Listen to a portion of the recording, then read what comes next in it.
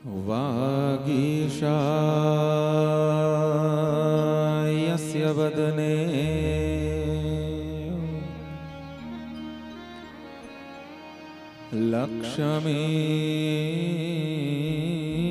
लक्ष्मीर्यस्य च वक्षसि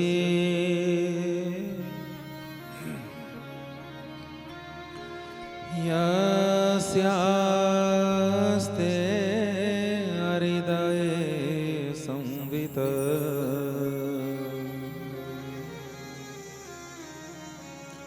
तं नरसिंह अहं भजे।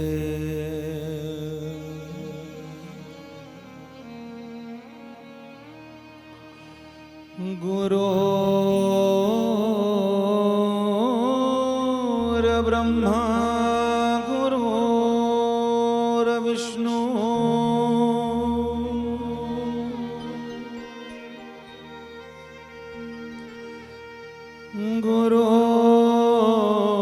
गुरुर्देवो महेश्वर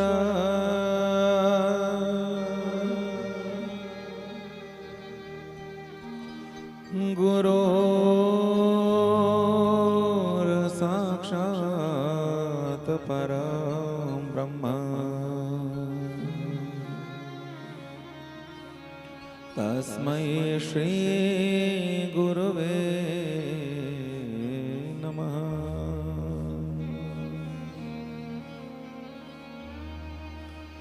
जो जन आए गुरु शरण में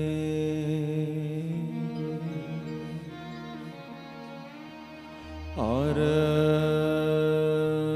बैठ करे अरदास कहे टेओ उस दास की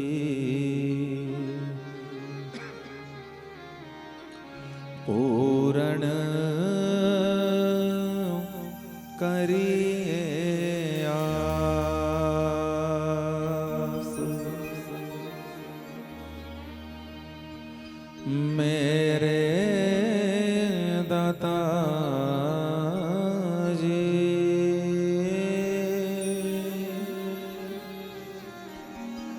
पूर्ण करिए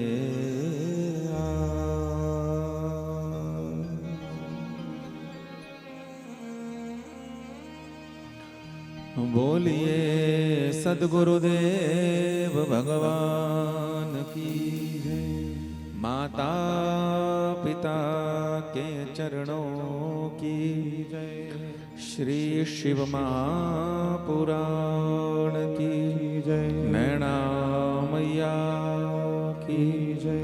बजिया जी महाराज की जय। काले बाबा जी महाराज की जय। बगलामुखी मैया की जय। बड़ोली महारानी की जय। नमः पार्वती पतये हर हर हर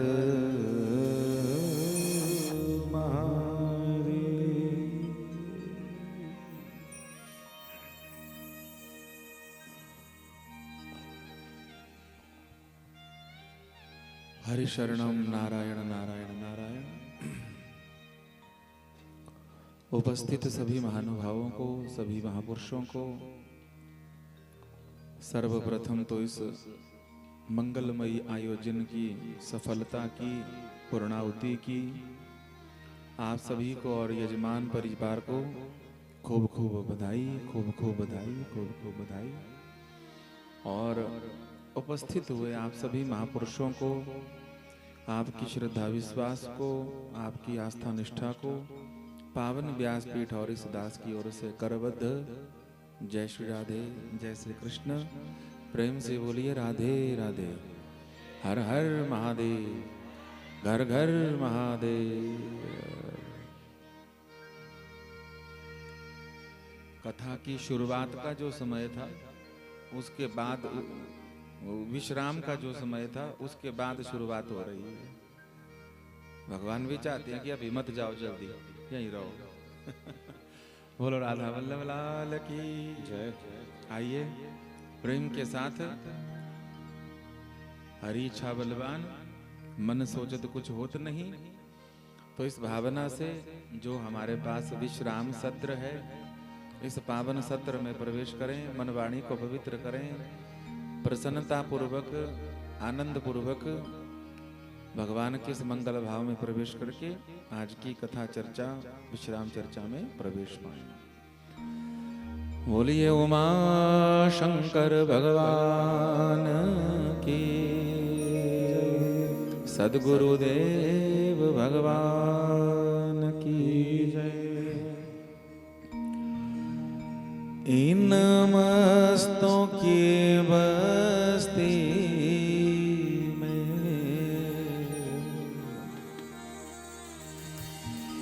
इन मस्तों की बस्ती में आता है कोई कोई, इन मस्तों की बस्ती में आता है कोई कोई, इन मस्तों की बस्ती में आता है कोई कोई, मस्तों की बस्ती में आता है कोई कोई, इन मस्तों की बस्ती में आता है कोई कोई, इन मस्तों की बस्ती में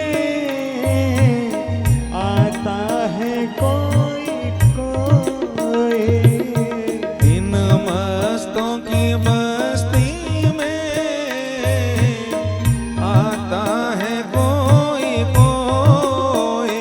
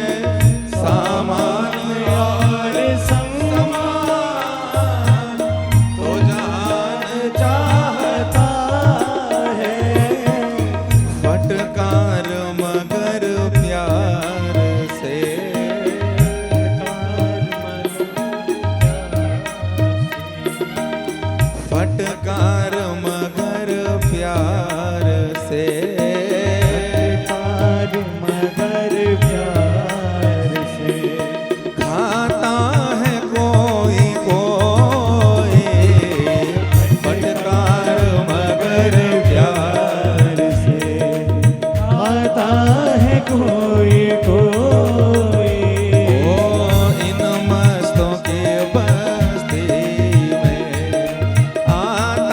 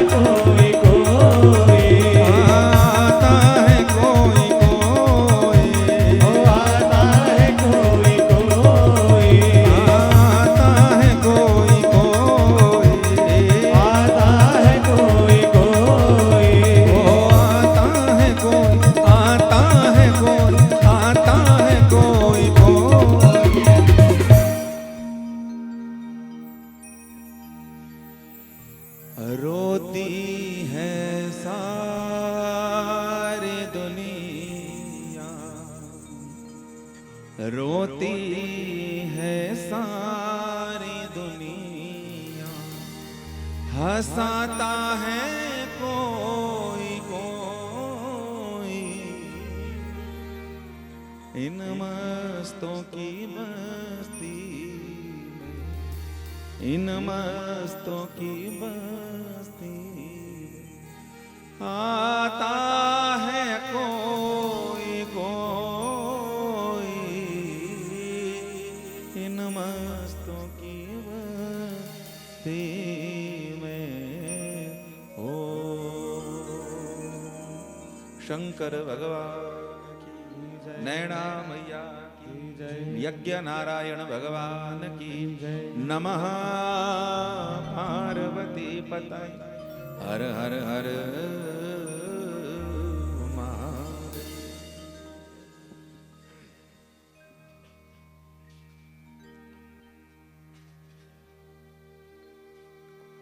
भगवान की अनुकंपा, अहेतु की कृपा, जो इस मंगलमयी पक्ष में भगवान महादेव के सबसे बड़े उत्सव में उनकी और उनके लाडले प्यारे भक्तों की कथा चर्चा श्रवण करने का हमको अवसर लाभ प्राप्त हुआ। और इस मंगलमयी आयोजन के हम आप सब साक्षी बने। भगवान ने हमको इस पावन यज्ञ का निमित्त बनाया। ये भगवान की निसंदेह अहेतु की कृपा है, और यह कृपा सब पर नहीं होती। हम आप पर हुई है तो निसंदेह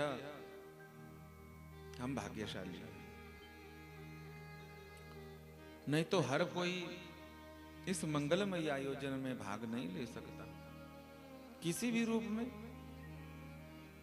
श्रोता बन करके भी उपस्थित वही हो पाता है, वही इस प्रांगण में, इस परिधि में पहुंचेगा जिस पर मेरे महादेव की कृपा होगी, जिस पर माँ भगवती जगत जननी की कृपा होगी, जिस पर उनके गुरुदेव भगवान की कृपा होगी। हमको एक दिन नहीं, 2 दिन नहीं, 1 सप्ताह नहीं, पूरे 11 दिन तक इस मंगलमयी आयोजन में बैठने का, भाग लेने का, प्रभु प्रसाद पाने का और कथा प्रसाद को ग्रहण करने का अवसर मिला। ये भगवान की निसंदेह बड़ी भारी कृपा है। समय आज कम है, विश्राम दिवस है और निर्विघ्नता से यज्ञ पूरा हो चुका है।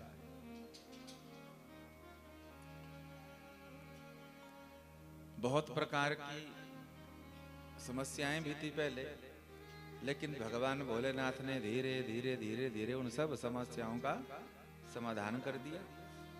और बड़े आनंद से, हर्ष से आप सब ने सहयोग करके इस यज्ञ को शुरू भी किया। और आज भगवान की कृपा से यह यज्ञ संपूर्ण भी हो गया, बड़े अच्छी तरह से पूर्णाहुति भी हो गई। और रही कथा की बात, तो कथा तो कभी पूर्ण होती ही नहीं है।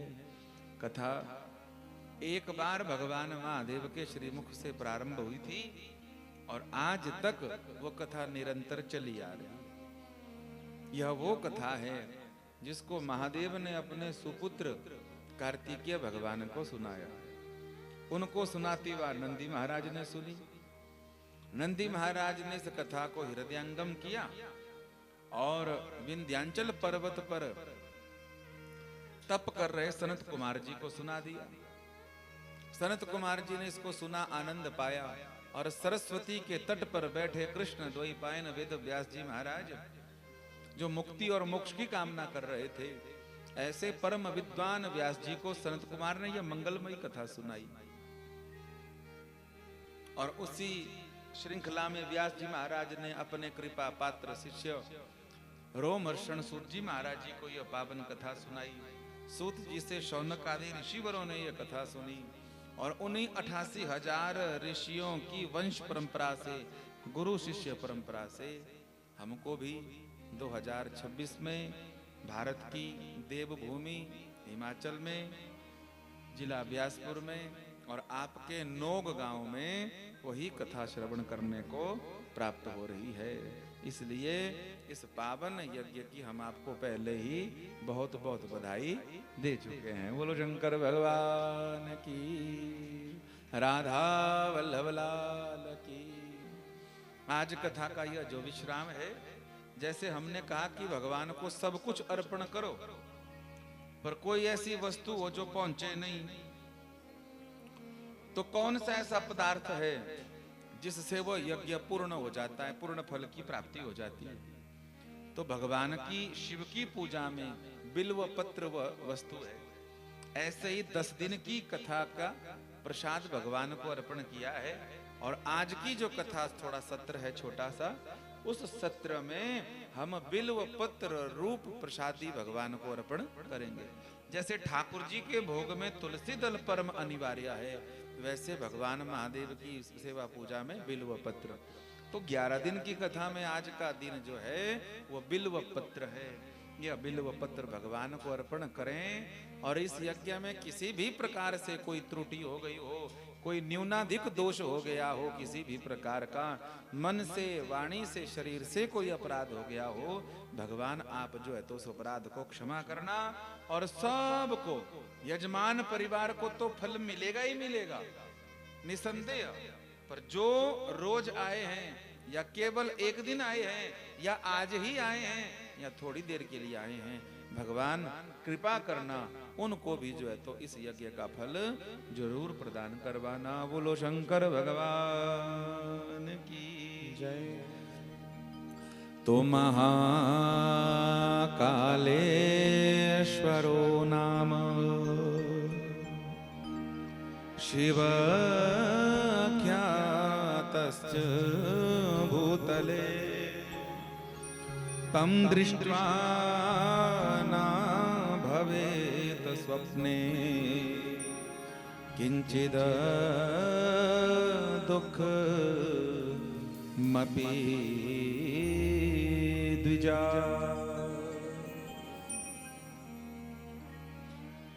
भगवान महादेव के अवतारों की, शिवलिंगों की कथा हम श्रवण कर रहे थे। 3 शिवलिंगों की कथा हमने गाली थी। जो समय है उसके अनुरूप थोड़ा थोड़ा सब शिवलिंगों को प्रणाम करके इस कथा को अर्पण करें। 12 ज्योतिर्लिंगों में सबकी कथा मिले तो आनंद, नहीं तो कम से कम प्रणाम करने को मिल जाए तो भी आनंद। और वैसे तो एक भी ज्योतिर्लिंग की कथा सुनने को मिल जाए तो भी पूरे शिव पुराण श्रवण करने का फल प्राप्त हो ही जाता है। इस बेटी को पकड़ो, हाँ जोर से मत पकड़ो, ये कुंडा खोल रही है, बार बार गुड़गुड़ कर रही है। बैठ जा पार्वती माता।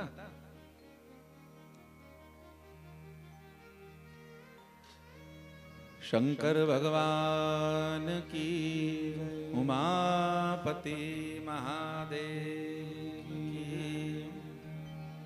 तो चौथे ज्योतिर्लिंग के रूप में बड़ी श्रेष्ठ कथा हमारे शिव महापुराण में गाई गई है। और यह कथा जो है गोकर्ण क्षेत्र की है, जहां पर भगवान ओमकारेश्वर शोभायमान है। बड़ा श्रेष्ठ एक पर्वत है जिसका नाम है विंध्य पर्वत। बड़ा भारी सुंदर, औषधियों से परिपूर्ण और सर्वगुण संपन्न। लेकिन जैसे हम आपको भी ऊंचाई का, पद प्रतिष्ठा का अभिमान हो जाता है, वैसे उस विंध्य पर्वत को भी एक बार अभिमान हो गया। और जब अभिमान आता है तो उस अभिमान को हमारे संत, साधु, सदगुरु ही दूर करते हैं। क्योंकि अपनों की बात तो हम मानते नहीं है। उस समय में जो हमारा हितकर होता है ना, उसकी बात तो हम मानते नहीं। तो भगवान ने कृपा करी और उस विंध्य पर्वत के पास श्री देवर्षि नारद जी को भेजा। नारद जी का वंदन हुआ, पूजन हुआ। पर जब कोई अभिमानी आदमी, गर्वित आदमी संतों को प्रणाम करे या कोई पूजा करने लगे तो संतों का मन खिलता नहीं है, प्रसन्न नहीं होता है। वो जानते हैं कि इसमें इतनी बड़ी बुराई है। बाहर बाहर से भले ही हमको हमारी पूजा कर रहा है, लेकिन गर्व से भरा हुआ है। तो नारद जी ने जब पूजा स्वीकार तो करी, पर मन उनका थोड़ा सा उदास रहा। तो विंध्य समझ गए कि कुछ गड़बड़ है। हाथ जोड़कर पूछा, प्रभु आप क्यों उदास हो रहे हो? हमारी पूजा सेवा में कमी है क्या? बोले नहीं, तुम्हारी पूज्य सेवा में ऊंचाई में कोई कमी नहीं है, लेकिन इतनी ऊंचाई पर होने के बाद भी सब औषधियों से परिपूर्ण तुम हो विंध्य, लेकिन तब भी यहाँ पर कोई संत साधु नहीं रहता, कोई पक्षी भी तुम्हारे इस पर्वत पर नहीं रहता।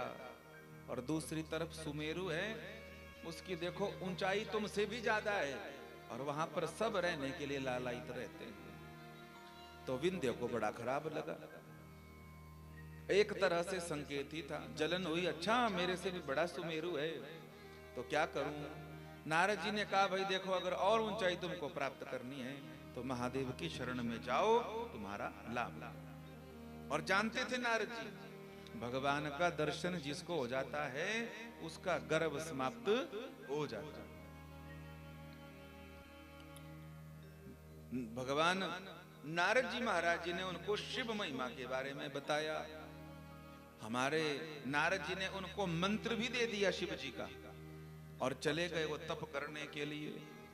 लगातार 6 महीना उन्होंने शिव आराधना करी है, और उसके बाद उनको भगवान का दर्शन हुआ।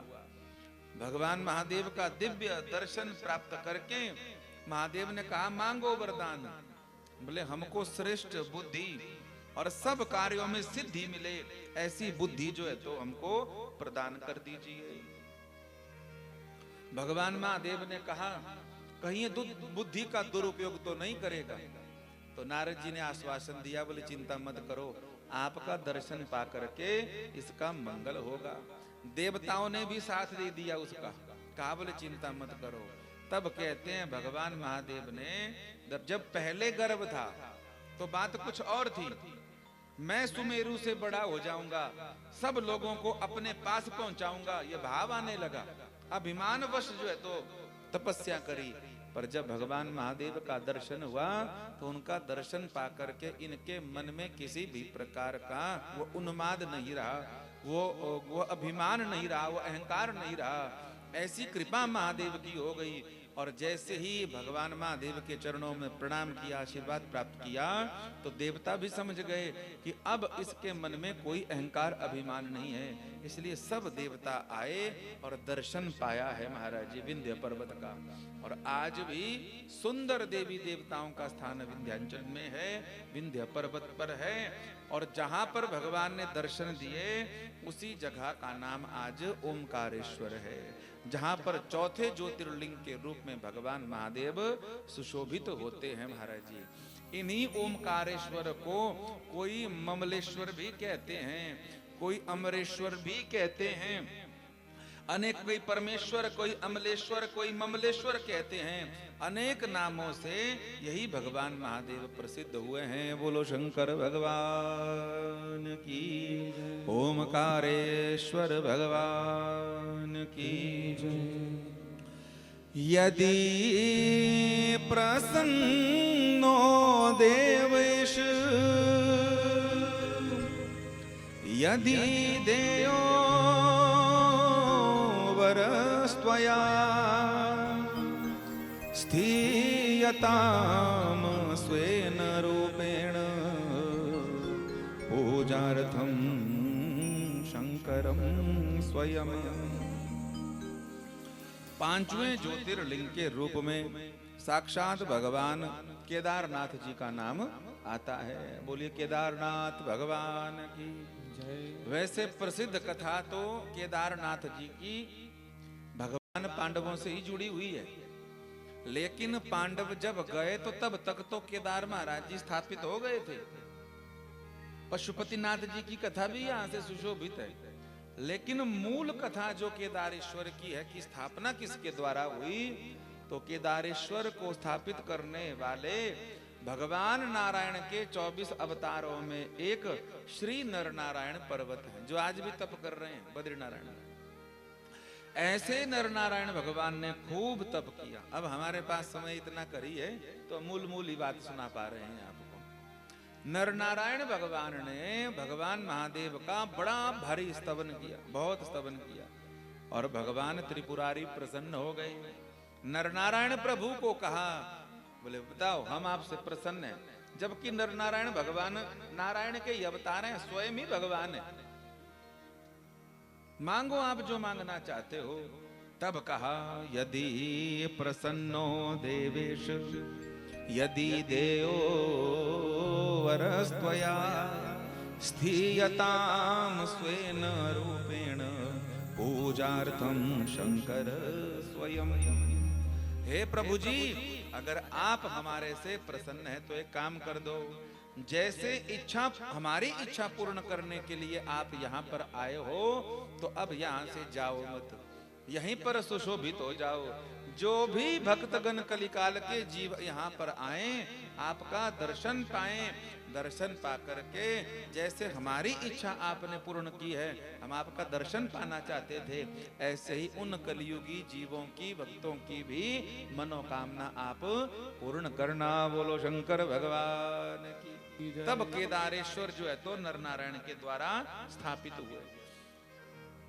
जब पांडवों को, कुंती आदि को पता चला ना कि भगवान श्री कृष्ण प्रभास क्षेत्र में अपना शरीर छोड़ चुके हैं, तो पांडवों ने परीक्षित जी को राजगद्दी पर बिठाया और बिठा करके कुंती सहित पांडवों ने, द्रौपदी ने सह शरीर विचार किया कि हम स्वर्ग की यात्रा करेंगे, अब नहीं रहेंगे इस धरा पर, हमारे प्रभु ही नहीं रहे, उन्होंने शरीर छोड़ दिया तो हम भी नहीं रहेंगे।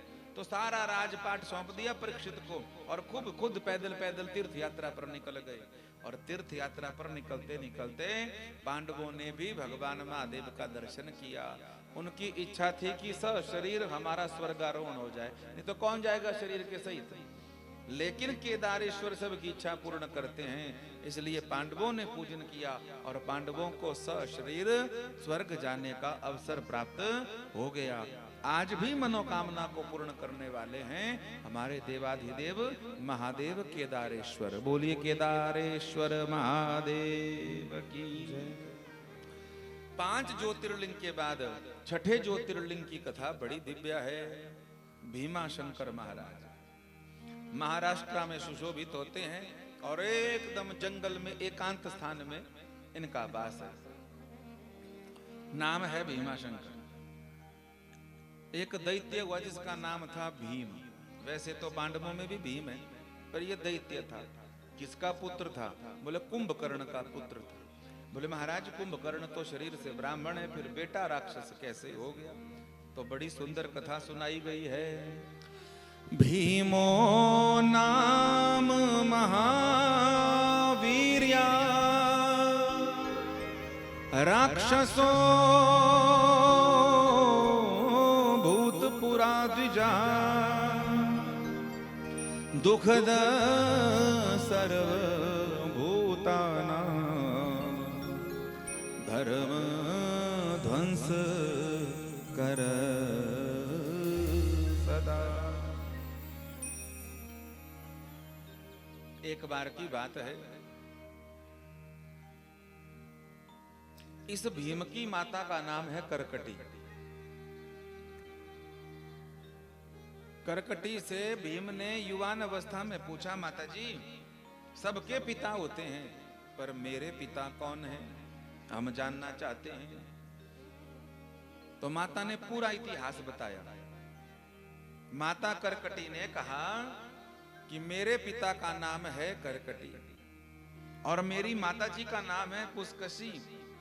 मेरा विवाह उन्होंने बड़े श्रेष्ठ एक राक्षस के साथ कराया था, उसका नाम था विराध।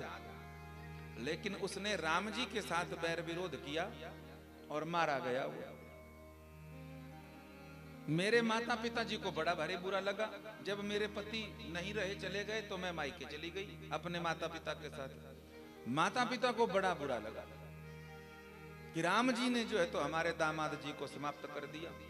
अब राम जी का भजन करने वाले जो हैं वो सब मेरे बैरी हैं, शत्रु हैं, हम उनको जिंदा नहीं छोड़ेंगे। तो कहते हैं, करकटी सुना रही है कि मेरे माता और पिता ने अगस्त्य ऋषि जी के शिष्य, जिनका नाम था सुतीक्ष्ण, जो भगवान राम जी के बड़े भारी भक्त थे, उन्होंने जाना कि अच्छा ये राम जी के भक्त हैं जिन्होंने मेरे दामाद को मारा। उन ऋषि सुतीक्ष्ण को ही मारने के लिए, उनको खाने के लिए, ग्रहण करने के लिए चले गए। और जब राम जी को पता चला तो राम जी ने उन दोनों को भी मार दिया, करकट को भी मार दिया और उनकी पुष्कसी नाम की पति को। तो बच गई केवल मैं, और साथ में मैं एकांत में बच गई। मेरे पति को तो पहले ही मार दिया गया था, एकांत बच गई, माता पिता को मार दिया, अकेली बच गई मायके में। जब राम जी दिग्विजय के लिए आ रहे थे, उसी समय कुंभकर्ण तप करके अपने घर को वापस जा रहा था, तपस्या करके, और रास्ते में उसको मेरा दर्शन हो गया। मैंने उसके चरणों में प्रणाम किया, प्रार्थना करी और सुंदर रूप बनाया, और कुंभकर्ण से कहा कि हमको आप जैसा बलवान पुत्र चाहिए। क्यों? बोले मेरे बैरी हैं राम, और मेरे घर में मेरे माता पिता और पति को मारने वाला अगर कोई है तो वह राम ही है। तो मैं ऐसा पुत्र चाहती हूं जिससे वो राम का अंत करे। कुंभकर्ण ने मनोरथ पूर्ण किया और कुंभकर्ण का अंश करकटी के गर्भ में सुशोभित हो गया, और जब वह बालक जन्म लिया तो उसी का नाम भीम रखा गया। बोलो शंकर भगवान की। इसी ने भगवान राम जी से बैर विरोध रखा, अपनी गलतियों को सुधारा नहीं। ये तो सबने डाल दिया कान में कि राम जी ने जो है तो तुम्हारे पिता को मार दिया, विराट को। ये भी बता दिया कि राम जी ने तुम्हारी माता जी को विधवा कर दिया। ये भी बता दिया गया भीम को कि तुम्हारे नाना और नानी को मारने वाले भी राम हैं। पर ये नहीं बताया उस माता ने कि मारा क्यों। बेटे ने पूछा नहीं। छोटे बच्चे कच्चे घड़े की तरह होते हैं, आप जिस तरफ ज्यादा दबाव रखोगे वो वैसी आकृति ले लेंगे महाराज। इसीलिए तो परवरिश पर विशेष ध्यान देने की बात हमारे सदशास्त्र बार बार कहते हैं। जैसे एक कुम्हार बाहर से घड़े पर प्रहार करता है ताकि उसकी बनावट अच्छी आए, और दूसरे हाथ से भीतर संभालता भी है, ऐसे ही माता पिता को बच्चे की परवरिश करनी चाहिए महाराज।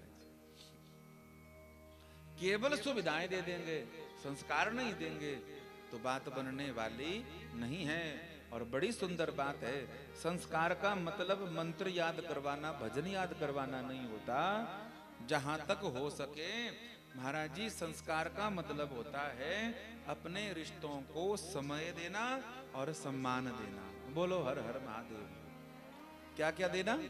पहला समय, दूसरा सम्मान। समय और सम्मान नहीं दोगे तो कुछ ही दिनों में वह संबंध विच्छेद हो जाएगा। हम सुनाते रहते हैं, एक बार हम शिमला गए, यहाँ सेक्रेटरीट के पास में मंडी से थे, माता जी की विवाह वहाँ हुआ था अनुष्ठान के लिए। बहुत पहले की बात है, लगभग 20-21 साल पहले की बात है। उनके घर में छोटा सा लाला हुआ था, तो उसकी पूजा वगैरह कुछ कार्य था, अनुष्ठान पाठ था, गए थे हम। तो बड़ा अच्छा परिवार था, सीएमओ साहब थे वो। तो वो तो नहीं मिले, वो तो अपने कार्य में थे, हमको तो नहीं मिल पाए, छुट्टी नहीं मिली उनको। पर माता जी रहती थी, तो हवन वाले दिन फिर वो आए थे। बड़े अच्छे से उन्होंने कार्य किया, बड़ा अच्छा परिवार था।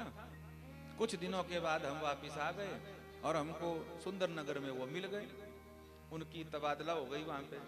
तो मिले, बातचीत हुई, तो अब आप मिलेंगे हमको कहीं तो हम यही पूछेंगे कैसे हो, घर में सब ठीक है, आनंद है, यही पूछेंगे और क्या पूछेंगे। ज्यादा से ज्यादा ये बोल देंगे क्या बड़ी भारी सर्दी है इस बार, बड़ी भारी गर्मी हो गई, बरसात हो गई, और नई बात तो कोई होती नहीं, यहीं से शुरुआत होती है। तो हमने भी उनको यही पूछा। मैंने कहा कैसे हैं भैया? बोले बढ़िया हैं, बहुत अच्छे हैं। मैंने आनंद में, माता जी सब बढ़िया। हाँ, तो तुरंत याद आ गई। मैंने कहा लाला कितना बड़ा हुआ, कितना बड़ा हुआ? तो उन्होंने हमको जवाब क्या दिया? बोले महाराज जी इतना बड़ा हो गया, इतना बड़ा हो गया। आपकी तरह हम भी हंसे, ये क्या भाई, इतना बताओ, इतना बताओ, ये क्या मामला है? तो चले गए। मैंने कहा चलो, हम पंडितों से वैसे सब मजाक करते ही हैं, तो चलो कोई बात नहीं, चले। कुछ दिनों के बाद, अब वहां नजदीक थे तो आते जाते फिर मिले, 2-4-5 महीने बाद। तो फिर हमने वही औपचारिकता वाली बातें पूछी। आखिर में फिर मुंह पे आ गया कि बच्चा कितना बड़ा, तो फिर बोले इतना कर हो गया। तो फिर हम भी अब मंडियाल आदमी हैं, कहाँ रह पाए चुप। हमने कहा भैया आप हमारे साथ मजाक कर रहे हो हैं? मजाक। बोले नहीं नहीं पंडित जी मजाक नहीं उड़ा रहे हैं, ये सच्ची बात है। मैंने कहा भाई कौन बताता है बेटे का कद ऐसा, इतना बताया इतना बताया इतना, ये क्या मतलब है?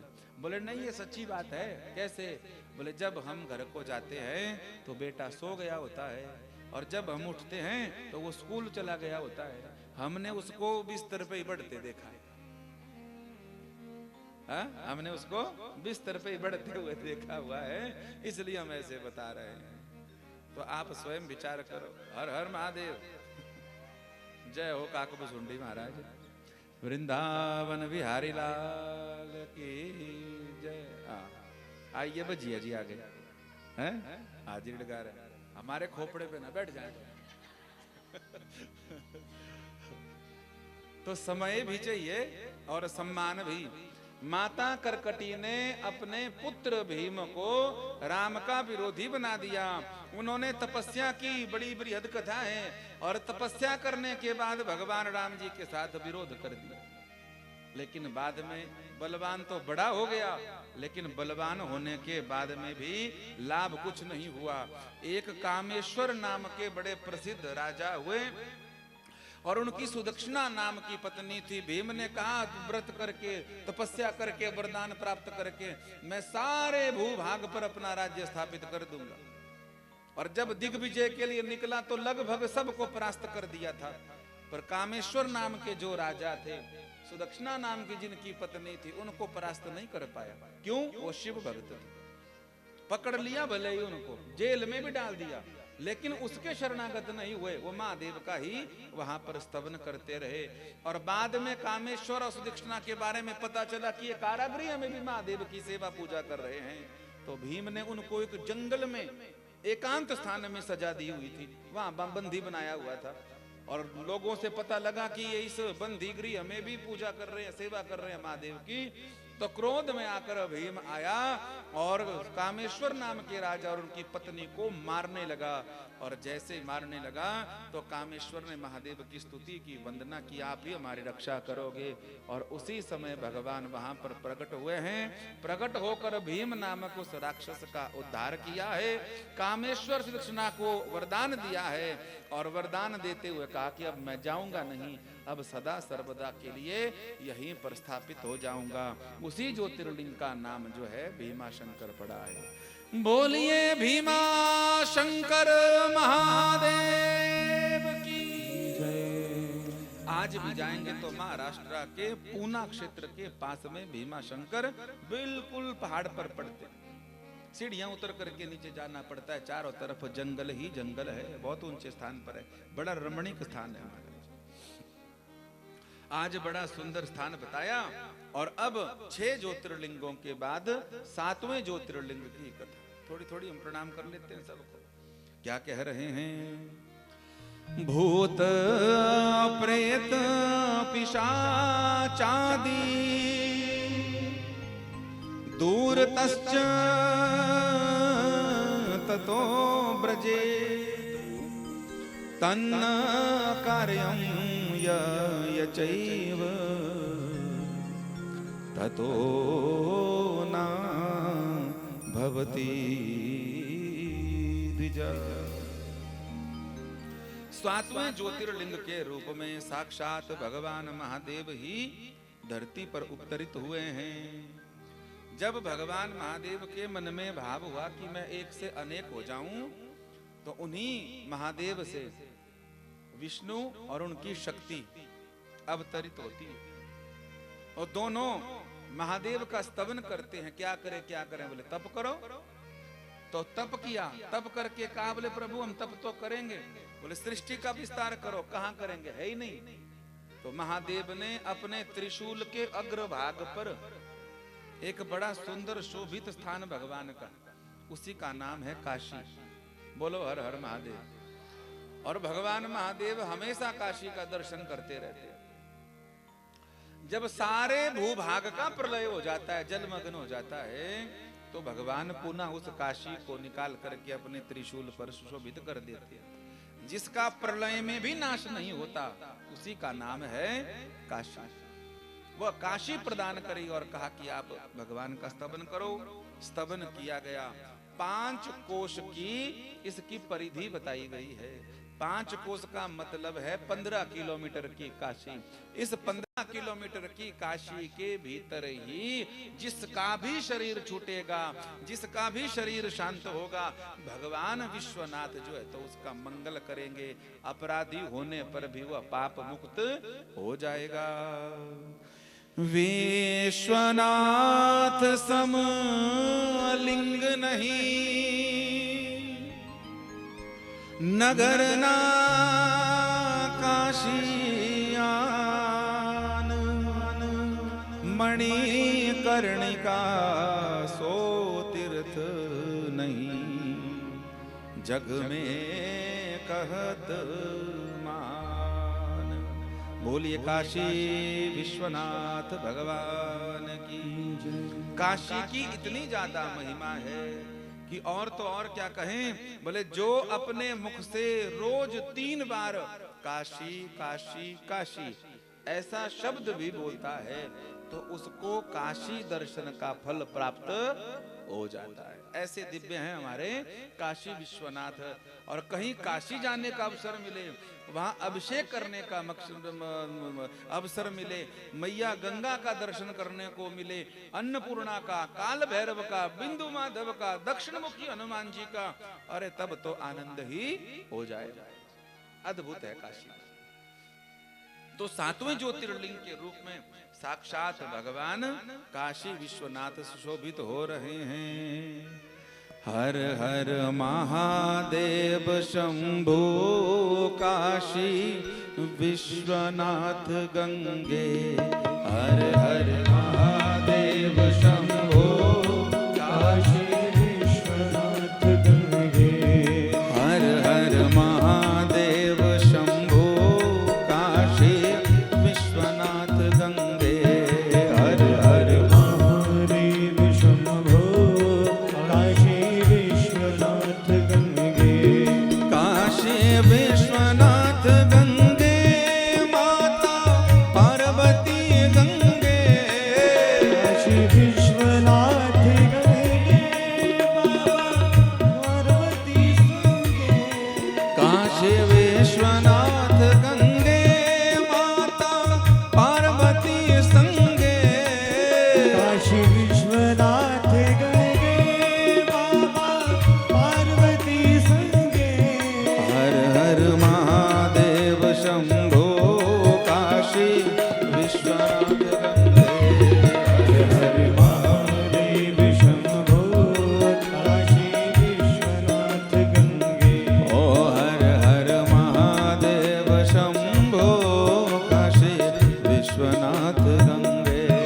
हर हर महादेव शंभो काशी विश्वनाथ गंगे।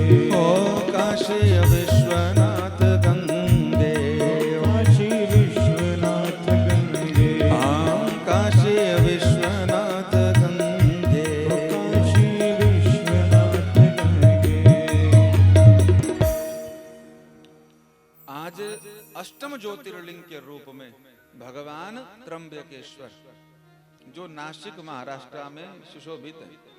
आज भी त्र्यंबकेश्वर के पीछे दर्शन करेंगे आप। गौतम ऋषि जी की तपोभूमि है वहां पर।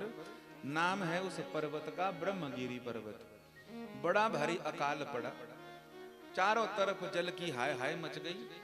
हमारे गौतम ऋषि जी ने जो अहिल्या के पति हैं उन दोनों ने बड़े भारी प्रेम पूर्वक भगवान महादेव की करी आराधना। भगवान महादेव ने दिया उनको आशीर्वाद और वृष्टि हो गई और खूब प्रसिद्धि हो गई, बड़ी भारी प्रसिद्धि। इतनी प्रसिद्धि हो गई, इतनी प्रसिद्धि हो गई कि और लोग, अच्छा कर्म करने वाले लोग के मन में भी जलन हो गई। क्यों? बोले हमसे ज्यादा इसकी प्रसिद्धि हो गई। जीव से, मनुष्यों से स्वभाव बन गया है ऐसा कि हम दूसरे की उन्नति नहीं देख सकते। बोलो हर हर महादेव। हैं? हमारे बच्चों से ज्यादा दूसरे बच्चों के नंबर ज्यादा आ जाएं तो बोलो मिर्ची लगती है कि नहीं? हमारे बच्चे निठल्ले निकले और दूसरे का जो है तो बढ़िया निकल जाए, सब टेस्ट पास कर दे, नौकरी चाकरी लग जाए और नशा भी कोई ना करे, तो तो लगती है मिर्ची की नहीं। इस बात पर ध्यान नहीं जाता कि हम अपने बच्चों में सुधार करें, बल्कि इस बात पे ध्यान जाता है कि इस दूसरे की हम बुराई कैसे करें, इसको कैसे फंसाएं। बोलो हर हर महादेव। हाँ। गौतम ऋषि अहिल्या जी जिन्होंने तपस्या की और जहां पर बिल्कुल वृष्टि नहीं हो रही थी, महादेव की कृपा हुई, उन्होंने वरदान मांगा, बाबा जी कृपा कर दो कि वृष्टि हो जाए, नहीं तो जीव जंतु मर जाएंगे भूखे प्यासे। महादेव ने कृपा करी, खूब आनंद से वृष्टि हुई है। यहां पर कुछ लोग नाराज हो गए, कुछ लोग जल गए गौतम ऋषि जी से। अब उन्होंने भी तपस्या करी, किसकी? गणेश जी की। क्यों करी? गणेश जी प्रसन्न हुए, बोले मांगो वरदान। बोले हमको वो वरदान दे दो कि हम जो चाहें सो हो जाए महाराज, हम जो रूप बदलना चाहें सो हो जाए। गणेश जी ने कहा आपका हेतु क्या है? बोले हम गौतम ऋषि जी को नीचा दिखाना चाहते। गणेश जी ने कहा फायदा नहीं होगा कुछ भी, भगवान के भक्तों को कोई टाल नहीं सकता महाराज। बोले ना, आपको जो वरदान का है वो दे दो, जो हम चाहे वो हो जाए, बस बाकी छोड़ो करो। तो तपस्या इसलिए करी कि हम गौतम ऋषि जी की जो पूंछ हो रही है, प्रतिष्ठा हो रही है, जय जय हो रही है, उसको समाप्त करें। गणेश जी ने कहा ठीक है, नहीं मान रहे हो तो दे दिया आशीर्वाद, चल जाएगा पता। उन ऋषियों ने क्या किया?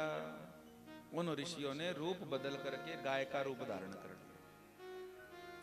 गौतम ऋषि जी सवेरे सवेरे जा रहे थे पत्र पुष्प समिधा लेने के लिए, अग्निहोत्र के लिए। तो देखा कि हमारी खेती में गौ माता आ गई है। कोई साधारण सा सूखा घास का तिनका उठाया और तिनका उठा करके फेंका गाय को डराने के लिए। और जैसे ही डराने के लिए सूखा तिनका, जिससे कुछ भी नहीं होने वाला, जैसे ही फेंका, उन ऋषियों ने दर्शन कर लिए और उसी तिनके से गौ माता के ऊपर प्रहार हो गया। प्रहार होकर गौ माता मर गई। सच में गौ हत्या नहीं थी, वो तो बनावटी काम था सारा, ताकि गौतम जी को गौ हत्या का अपराध लगे और जो पद प्रतिष्ठा मिली है उससे निष्कासित किया जाए। मर गई गौ माता, हाय तौबा मचने लगी। जलन करने वाले ऋषियों ने कहा अरे अरे, इसका तो मुख दर्शन भी नहीं करेंगे। मुखम ना दर्शनीयन्ते गम्यताम गम्यताम इति। क्यों नहीं करेंगे मुख दर्शन? बोले क्योंकि यह गौ हत्यारा है, दृष्ट्वा गोघ्नम मुखम सद्य। अरे इसका तो दर्शन करेंगे तो तब भी हमको अपराध लग जाएगा। तो गौतम अहिल्या को बहुत बड़ा कलंक सहना पड़ा। कहने लगे प्रायश्चित विचार करो। तो क्या किसी ने कहा कि 100 बार जो है इस ब्रह्मगिरी पर्वत की परिक्रमा करो, किसी ने कहा 7 बार पृथ्वी की परिक्रमा करो। बड़े भारी बड़े बड़े कड़े कड़े नियम बताए जो शायद हो ही नहीं पाए। तो किसी एक महापुरुष ने उनको प्रेरणा दी, बोले आप महादेव को प्रसन्न करो और अगर महादेव की कृपा से इस स्थान पर गंगा जल प्रकट हो जाएगा तो कृपा हो जाएगी। तप किया गौतम जी ने, भगवान महादेव प्रसन्न हुए, हाथ जोड़कर करी प्रार्थना। महादेव ने कहा वरदान मांगो, जो चाहते हो। बोले प्रभु जी हमसे बहुत बड़ा गौ अपराध हो गया है, सब जगह पर थू थू हो रही है, तो गंगा जल से कृपा हो सकती है। महाराष्ट्र में सब कुछ है पर गंगा नहीं है। बोलो हर हर महादेव। ज्योतिर्लिंग 5 हैं लेकिन गंगा नहीं है। भले ही रुक्मणी विठल भी वहीं बैठे हुए हैं, भले ही माँ लक्ष्मी जी भी वहीं बैठी हुई है, लेकिन गंगा नहीं है।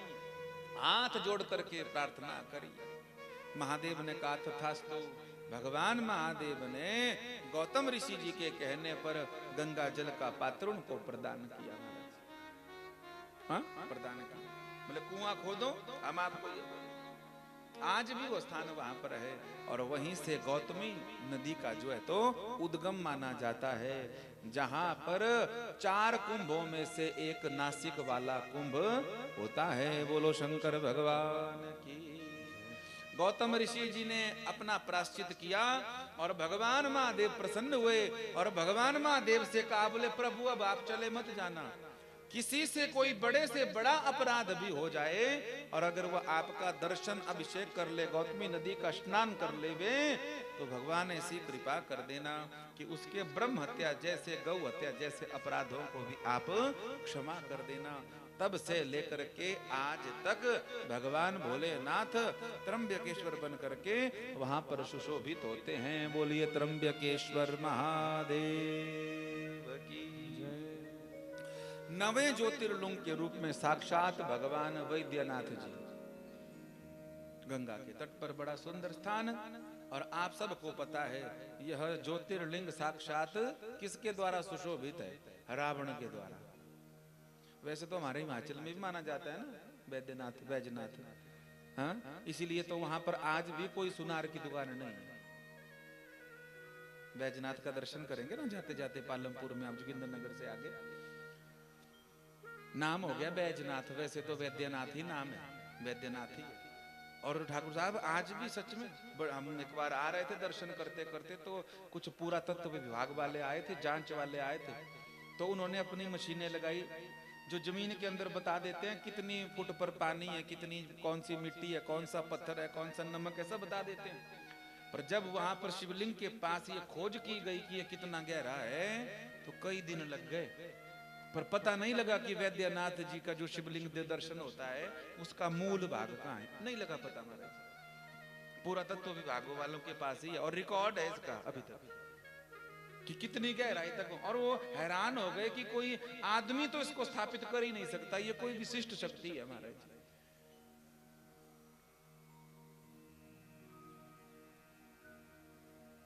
पुलस्त्य कुल में उत्पन्न हुआ विश्रवानंदन रावण हिमालय की दक्षिण भाग में पहुंचा, जमीन में बहुत बड़ा गड्ढा कर दिया, गड्ढा करके वहां शिवलिंग स्थापित किया और तपस्या करी महादेव की। बड़ी भारी तपस्या करी पर प्रसन्न नहीं हुए, चारों तरफ आग लगा दी। बोले अगर तपस्या से महादेव प्रसन्न नहीं हो रहे हैं, शरीर को आहूत कर दूंगा, एक एक अंग को चढ़ा दूंगा। बिल्व पत्र सब चढ़ाएं, भांग धतूरा सब चढ़ाएं, दूध दही भी सब चढ़ाएं, पर ऐसा कहां मिलेगा जो सर काट के चढ़ा देगा। गला काट दिया, सर काट दिया, खोपड़े को काट करके चढ़ा दिया भगवान महादेव पर। महादेव से अपराध देखा नहीं गया। बोले मेरा भक्त मेरी सेवा पूजा करने वाले के साथ ऐसा हो, ये तो अच्छा नहीं है। एक सर चढ़ा दिया काट करके, लेकिन पुनः सर स्थापित हो गया। कथा प्रसिद्ध है 9 बार शीश चढ़ाया। कितनी बार? 9 बार। जब 9वीं बार शीश चढ़ाया तो भगवान महादेव से रहा नहीं गया और उनको प्रकट होना पड़ा। तो 9 शीश जो काटे थे वो भी वापस किए, और जो 10वां लगा हुआ था, कुल मिलाकर कितने हो गए? 10। इसलिए उसी रावण का नाम हो गया दशानन। बोलो शंकर भगवान की। वरदान मांगो, बोले वरदान प्रभु और कुछ नहीं, मेरी लंका में सब कुछ है, किसी चीज की कोई कमी नहीं है। अगर कमी है तो केवल आपकी, आपको मैं साथ में ले जाना चाहता हूं, चलो मेरे साथ। भोले बाबा ने कहा भाई देखो हम तो नहीं जा सकते, पर जहां पर हमारा शिवलिंग होता है वहां पर हम स्वयं होते हैं, तो आप हमारा शिवलिंग ले जाओ। बोले ठीक है प्रभु, पर एक शर्त है, जहां पर भी शिवलिंग को आप रख दोगे मैं वहीं स्थापित हो जाऊंगा, फिर मैं आगे नहीं जाऊंगा। रावण को अपनी भुजाओं पर बड़ा भारी अभिमान था, अपनी बुद्धि पर भी बड़ा भारी अभिमान था। अब हमको एक खोपड़ी होती है तो हम कितना सोचते रहते हैं दिन रात, रावण को 10 खोपड़ी थी तो कितना होगा? बोलो हर हर महादेव। हाँ, मान लीजिए हमारा कोई लोग क्या कहते हैं, वो सोचते हैं, वो इस तरह से सोचते हैं, क्या बोले महाराज जी रावण जो है तो सोता कैसे होगा? क्यों? उसकी 10 खोपड़ी है। अच्छा सो गया तो उसको डबल बेड पे तो आएगा नहीं, पत्नी कहां सोती होगी? और दूसरी बात, कहीं रात को करवट बदलनी हो तो या तो सीधा ही सो सकता है या तो उल्टा ही सोएगा। और रावण ब्राह्मण है तो सबसे मुश्किल बात क्या? बोले संध्या कैसे करता होगा? जब कुंभक पूरक रेचक खींचेगा ना ऐसे, तो कैसे 10 खोपड़ी? और एक ने तो क्या, बोल देखो ऐसी बात है ना कि अगर 11 खोपड़ी होती तो भी बढ़िया था, 9 होती तो भी बढ़िया था, ये 10 खोपड़ी ठीक नहीं है। क्यों? बोले 10 में बैलेंस नहीं बनेगा उसका, एक तरफ 4 है एक तरफ 5 है, तो टेढ़ी रहती होगी पुष्पा की तरह गर्दन। हर हर महादेव। जिसने पुष्पा देखी सब हंस रहे, देखो एक तरफ टेढ़ी रहेगी गर्दन उसकी। तो ऐसी बात नहीं है महाराज जी। रावण का सर एक ही था, हमारी तरह आपकी तरह ही, पर उसके भीतर जो क्षमता थी सोचने की वो हमसे बहुत ज्यादा थी। जैसे बड़े बड़े वैज्ञानिक हुए ना, एक दिन नाम भी ले रहे थे हम, जितने का नाम हमको याद थे सब ले लिया हमने। तो जब उनके बारे में, जैसे आइंस्टाइन बड़ा भारी प्रसिद्ध है बच्चों में, तो कहते हैं उसका दिमाग जब परखा गया तो उसने भगवान के दिए हुए दिमाग में से लगभग 2 से 2.25% दिमाग का इस्तेमाल किया है। कितना? 2 से 2.5। और वो आदमी ऐसा है जिसने अब तक सबसे ज्यादा दिमाग का प्रयोग किया है। तो समझ लीजिए हम तो जैसे आएंगे वैसे ही भेज देंगे। हमारा दिमाग केवल कपाल मोचन के काम आएगा, बाकी करते तो कुछ नहीं है हम इसका। फिर क्या कहते? दिमाग मत खराब करो, दिमाग की दही मत करो। जैसा आया वैसा ही चला। तो 10 खोपड़ी का मतलब क्षमता से। जैसे सामने बल्ब लगा है तो बल्ब पे 0 वाट का 10 वाट का बल्ब लग गया, 10 वाट का बल्ब। अब आपको प्रकाश ज्यादा चाहिए तो क्या करोगे? आप बाजार जाओगे, 500 वाट का बल्ब दे दो भाई, 1000 वाट का बल्ब दे दो। घर आकर के केवल बल्ब लगाओगे आप बड़ी कैपेसिटी वाला, जो बल्ब को जहां होल्ड किया जाता है, जो होल्डर है ना, उसको नहीं बदला जाता। इसी तरह रावण की भी क्या थी? बोले क्षमता जैसे 1 सर वालों की है, उसकी 10 गुना ज्यादा थी। दशानन था वो। कांधे पर उठा करके शिवलिंग को ले गया, हिमालय से ले आया महाराज जी, और पहुंच गया झारखंड। पहले तो बिहार ही था, अब झारखंड हो गया, तो पास पास का क्षेत्र। और वहां पर एक बालक का दर्शन हुआ। बालक का दर्शन हुआ। महादेव ने कहा हम लंका तो जाना नहीं चाहते। अब भगवान का मन ना हो जाने का, कोई जबरदस्ती करे तो फिर प्रभु लीला करते। हर हर महादेव, घर घर महादेव। तो क्या हुआ?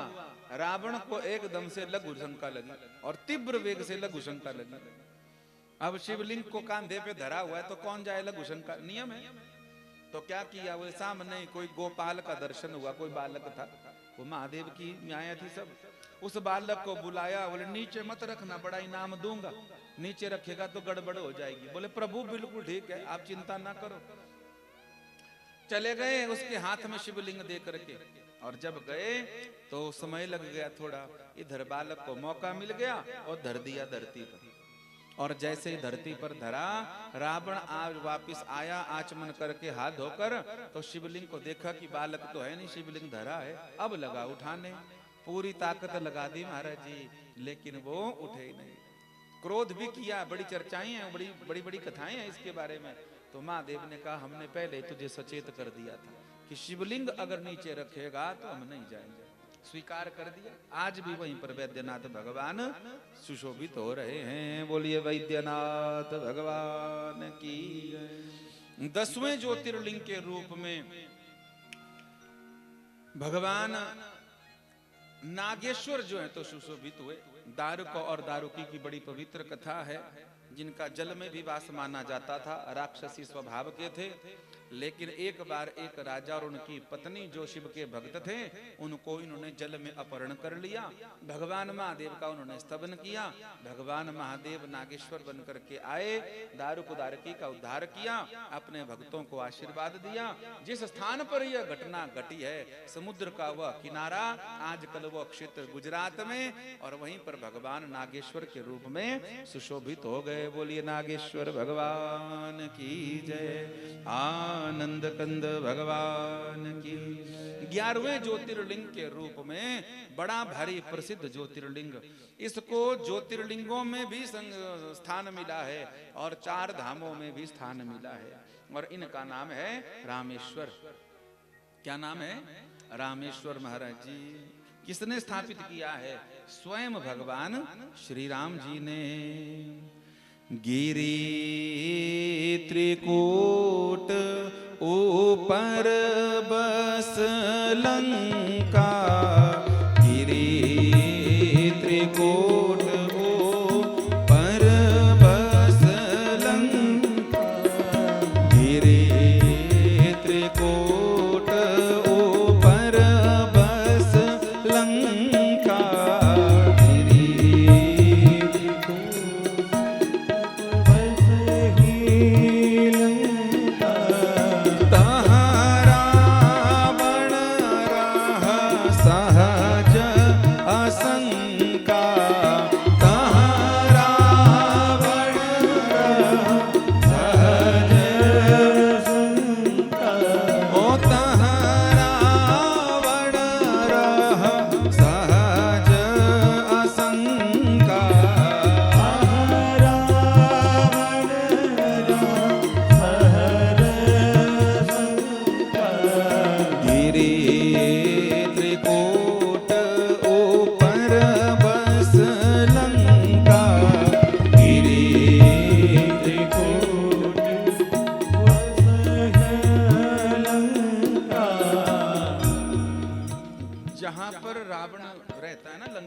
आजकल तो हम कह देते हैं इसको, ये जो श्रीलंका है इसको कह देते हैं कि रावण की लंका थी। ये नहीं थी महाराज जी, ये तो भारत का हिस्सा था, ये सिंगल प्रदेश था हमारे भारत। इसमें शास्त्रों में जो नाम दिया गया, श्रीलंका नाम तो अभी हुआ है 70-80 के बाद। पहले तो श्रीलंका का नाम सिलोन था।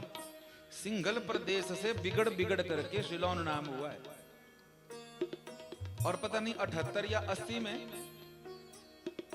78 या 80 में नाम चेंज कर किया गया महाराज जी, और रखा गया सिलोन से श्रीलंका। कुछ चिन्ह तो हैं अभी भी सिंगल प्रदेश में, क्योंकि वहां पर भी लीलाएं हुई हैं। अपना विदेशी लोग आए यात्रा करें इसके लिए व्यवस्था, पर वहां पर आज भी ऐसे ज्यादा बड़े चिन्ह नहीं मिलते हैं, स्थान नहीं मिलते जहां पर रावण के होने की पुष्टि की जाए। हमसे कईयों ने कहा था बोले लंका में तो रावण की भी पूजा होती है, तो हम भी गए साल भर पहले, 1.5 साल पहले गए लंका, रहे वहां पर, घूमे, कैंडी गए, नुआरा लिया गए, कोलंबो गए, पर हमको कहीं रावण की पूजा करने वाला नहीं मिला। हाँ, वहां पर क्रिश्चियन लोग बहुत ज्यादा हैं, बल्कि हमारा जो गाइड था, हमारा जो ड्राइवर था, जो मार्गदर्शक था, वो एथलीट ही था महाराज, और हिंदुओं को, सनातनियों को बड़ा भारी मानता था, बड़ी भारी इज्जत करता था। वही रहा हफ्ता भर हमारे साथ। तो बड़ा सुंदर स्थान है वहां पर बाबा जी। सबसे ज्यादा वहां पर बुद्धिस्ट हैं। महात्मा बुद्ध का गिरा हुआ दांत जो है तो वहां पर सुशोभित है, और दुनिया आती है उनका दर्शन करने के लिए। बड़ी सुंदर जगह है, दर्शनीय स्थल है महाराज जी श्रीलंका भी। हाँ, एक जगह पर अशोक वाटिका का स्थान बनाया गया, कहते हैं कि यहाँ पर जानकी मैया को, पर महापुरुषों से हमने सुना कि वो सिंगल प्रदेश है।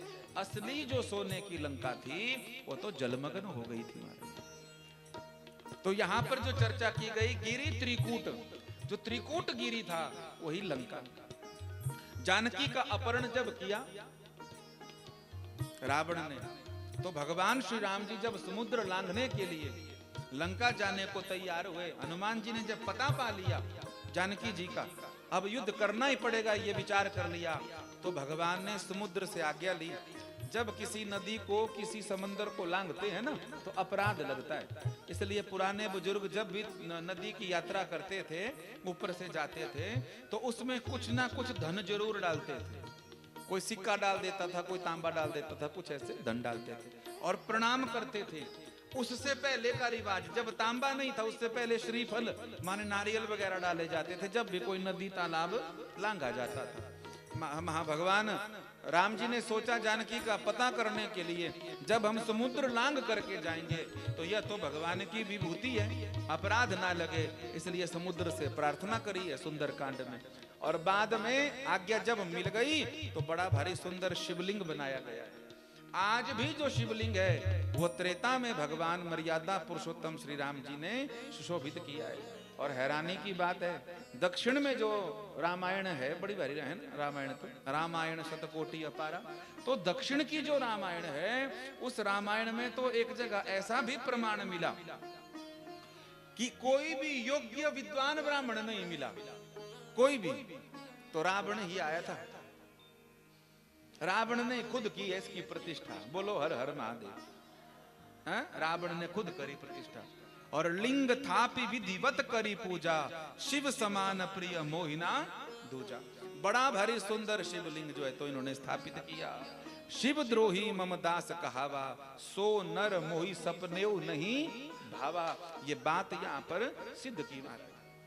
भगवान शिव का अर्चन किया, वंदन किया, महादेव का मिला आशीर्वाद। राम जी जाते हैं और दशानन के ऊपर चढ़ाई करके अपने साथ केवल वानर सेना को लेके गए थे। उसी वानर सेना से दशानन भगवान श्री राम जी के द्वारा मारा जाता है। जानकी की सुध भगवान को मिलती है, 14 वर्ष के बाद वापिस आते हैं। आज भी जो इस शिवलिंग का दर्शन अभिषेक पाता है उसके जीवन में आई हुई बाधाएं दूर हो जाती हैं। भगवान राम, भगवान श्री महादेव और साथ में आदि गुरु शंकराचार्य भी उसके ऊपर आशीर्वाद की कृपा करते हैं। आज अगर कभी रामेश्वर जाना हो आपका, तो आज भी रामेश्वर का दर्शन करने से पहले 22 कुंडों का स्नान होता है। सब तीर्थों का फल मिलता है वहां पर। 22 कुंड हैं अलग अलग समुद्र के किनारे बाबा जी। बड़े प्रसिद्ध वैज्ञानिक अब्दुल कलाम साहब की जन्मभूमि है महाराज जी रामेश्वर। तो तीर्थों की यात्रा भी आपको जरूर करनी चाहिए। हो गए 11 ज्योतिर्लिंग, समय बहुत ज्यादा हो गया है, लेकिन फिर भी आखिर ज्योतिर्लिंग को प्रणाम करके इस कथा को भगवान के अर्पण करते हैं। बोलो भक्तवत्सल भगवान की, रामेश्वर महादेव की। तस्य प्रिया सुदेहा च शिव धर्म परायणा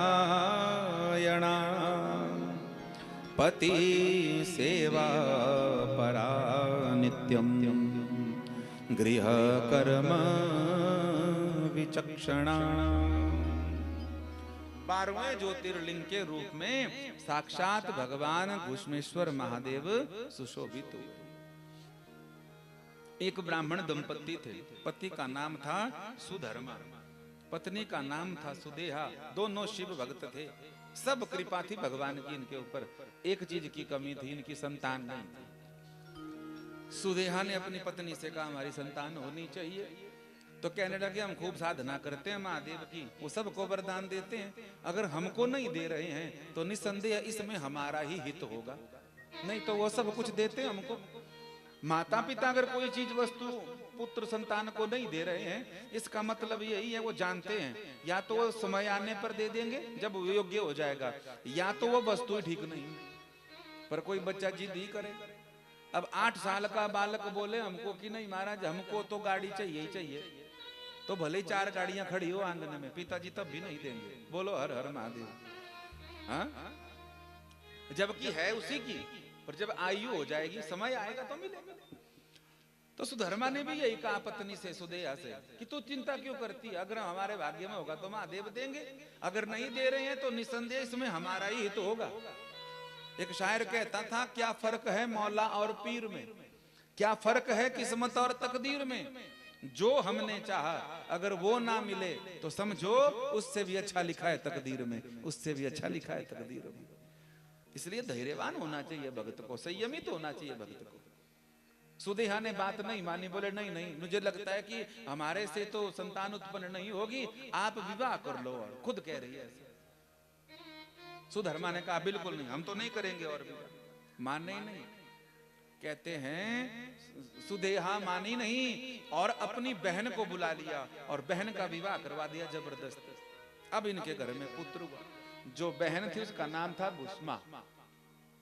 बड़ी अच्छी थी, बड़ी श्रेष्ठ थी, बड़ी तपस्वी थी, भगवान की भक्त थी, और अपनी सौतन को, अपनी बड़ी बहन को मां समझती थी वो। हमारे भगवान की कृपा हुई और उसके गर्भ से बालक हो गया, बड़ा पुष्ट श्रेष्ठ बालक हुआ। अब जिसकी संतान हुई तो अब पति देव का ध्यान उसी पे ज्यादा, बेटा साथ में रहता। तो सुधर्मा जी पति के साथ घुस्मा के साथ रहते। इसको जलन हो गई कि मैंने विवाह करवाया, मेरी वजह से संतान उत्पन्न हुई और आज मुझको ज्यादा महत्व नहीं, तो जलन आ गई। जलन, हमने कहा ना हम अपनी वजह से परेशान नहीं है, दूसरों की उन्नति की वजह से हमने खुद को परेशान करके रखा। एक दिन चर्चा हो रही थी ना कि जीवन भलाई करने के लिए नहीं है, भले बनने के लिए। आज समस्या है, जो आदमी स्वयं भला नहीं है, अगर वो कहीं किसी की भलाई करने लग जाए, मान लीजिए जो आदमी भला नहीं है और आपके पांव छू रहे हैं और आशीर्वाद दे दिया उसने, क्या आशीर्वाद दिया, बेटा सुखी रहो, बेटा खुश रहो, आशीर्वाद तो दे देगा, पर भला है नहीं, वो स्वभाव है नहीं उसका अच्छा।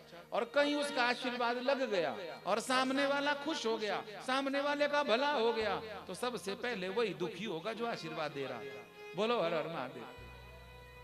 इसीलिए सबसे बड़ा प्रयत्न क्या है, भलाई करने का प्रयत्न नहीं करना है, भले बनने का प्रयत्न करना है। और जिस दिन हम भले हो जाएंगे, हम जो करेंगे वो भला ही होगा, वो पुण्य ही होगा, वो सत्कर्म ही होगा।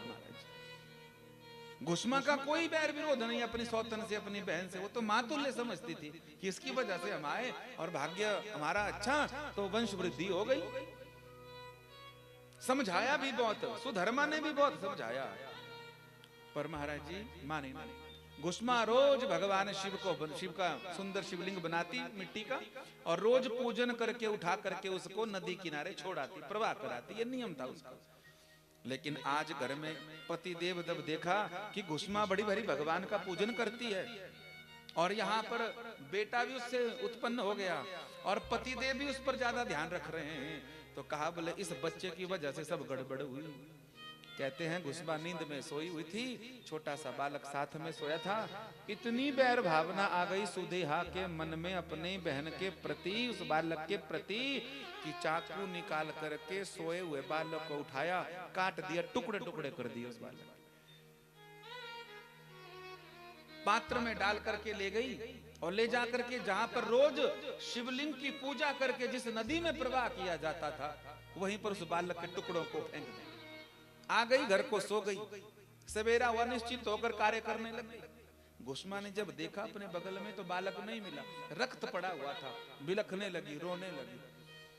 अब जब आदमी दुखी होता है और कोई रास्ता ना सूझे तो किसके पास जाता है? हम भी घर में दुखी होते हैं ना, और कोई सुनने वाला ना हो, कोई मदद करने वाला ना हो, तो जहां पर हमारे माता पिता बुजुर्गों ने भगवान रखे होते हैं ना, ठाकुर जी, वहां बैठ के रोते हैं।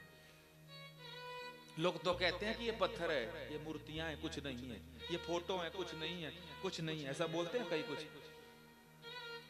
लेकिन जब बीतती है ना तो उन्हीं के पास चैन मिलता है, उसी स्थान पर शांति मिलती है। घुसमा चली गई, भगवान महादेव का अर्चन करने लगी, जो नियम था रोज का वही करने लगी। संशय तो हो गया कि रक्त पड़ा हुआ है तो निसंदेह मेरे बालक के साथ कोई अप्रिय घटना हो गई होगी। भगवान महादेव का ब्रह्म मुहूर्त में रोज का जैसा नियम था वैसा पूजन किया, रोते रोते। पूजन पूरा करके महादेव के शिवलिंग को लेके गई नदी के किनारे पर, और किनारे पर जल प्रवाह करती हुई बोली, प्रभु अगर हमने एक बार भी जीवन में अच्छा कार्य किया हो और ईमानदारी से अगर आपका पूजन अर्चन किया हो तो मेरे बेटे का मरण नहीं होना चाहिए। ऐसा कह करके प्रणाम किया। जब प्रणाम किया, नेत्र सजल थे, केवल जो है तो नदी का किनारा था। भगवान महादेव रीझे, जब झुकी तो कोई नहीं था, जब उठे तो वही बालक दौड़ता हुआ माँ माँ माँ कहता हुआ तुरंत मैया के पल्लू से जो है तो लिपट गया। ये किसकी कृपा है? ये भगवान महादेव की कृपा है। बालक को हृदय से लगाया, उसी स्थान पर महादेव ने इस घुसमा को दर्शन भी दिया, और दर्शन देकर हाथ जोड़ करके कहा, महादेव आप सदा सर्वदा जो है तो यहाँ पर वास करिए, और जो भी आपका दर्शन करे वो कभी निसंतान ना हो, ऐसा आशीर्वाद देना। जो बालक सहित इसका दर्शन अभिषेक करे उस बालक की कभी अल्प मृत्यु ना हो, ऐसा वरदान दीजिए। आज जहां पर यह घटना घटी वहीं पर घुसमेश्वर महादेव जो है तो सुशोभित हैं। 12 ज्योतिर्लिंगों की यह मंगलमयी कथा जो अपने जीवन में उतारता है, और मंगलमयी कथा को जो श्रवण करता है, भगवान महादेव उस पर, उसके परिवार पर खूब आशीर्वाद जो है तो प्रदान करते हैं। बोलो शंकर भगवान की जय। एतत् ज्योतिर्लिंग कथा या पठे शृणुयादपि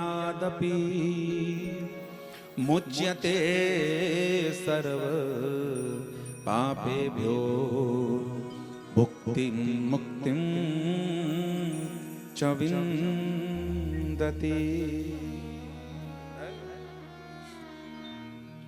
क्या मिल जाता है? भुक्ति। भुक्ति कहते हैं संसार के भोग, वो भी सब मिलेंगे, संसार के भोग भी मिलेंगे। और मुक्ति बोले शरीर जब छूट जाएगा या छूटने का समय आएगा तो संसारी लोगों में हमारा मन फंसा नहीं रहेगा। क्या मिलेगी? मुक्ति। मरने के बाद नहीं होती मुक्ति, जीते जी होती है। जब हम अपना कर्म पूरा कर लेते हैं ना बाबा, पूरा कर्म कर लेते हैं, तो जातिवार ध्यान ना रहे, ना परिवार का, ना घर का, ना जमीन का, ना जायदाद का, ना आभूषणों का।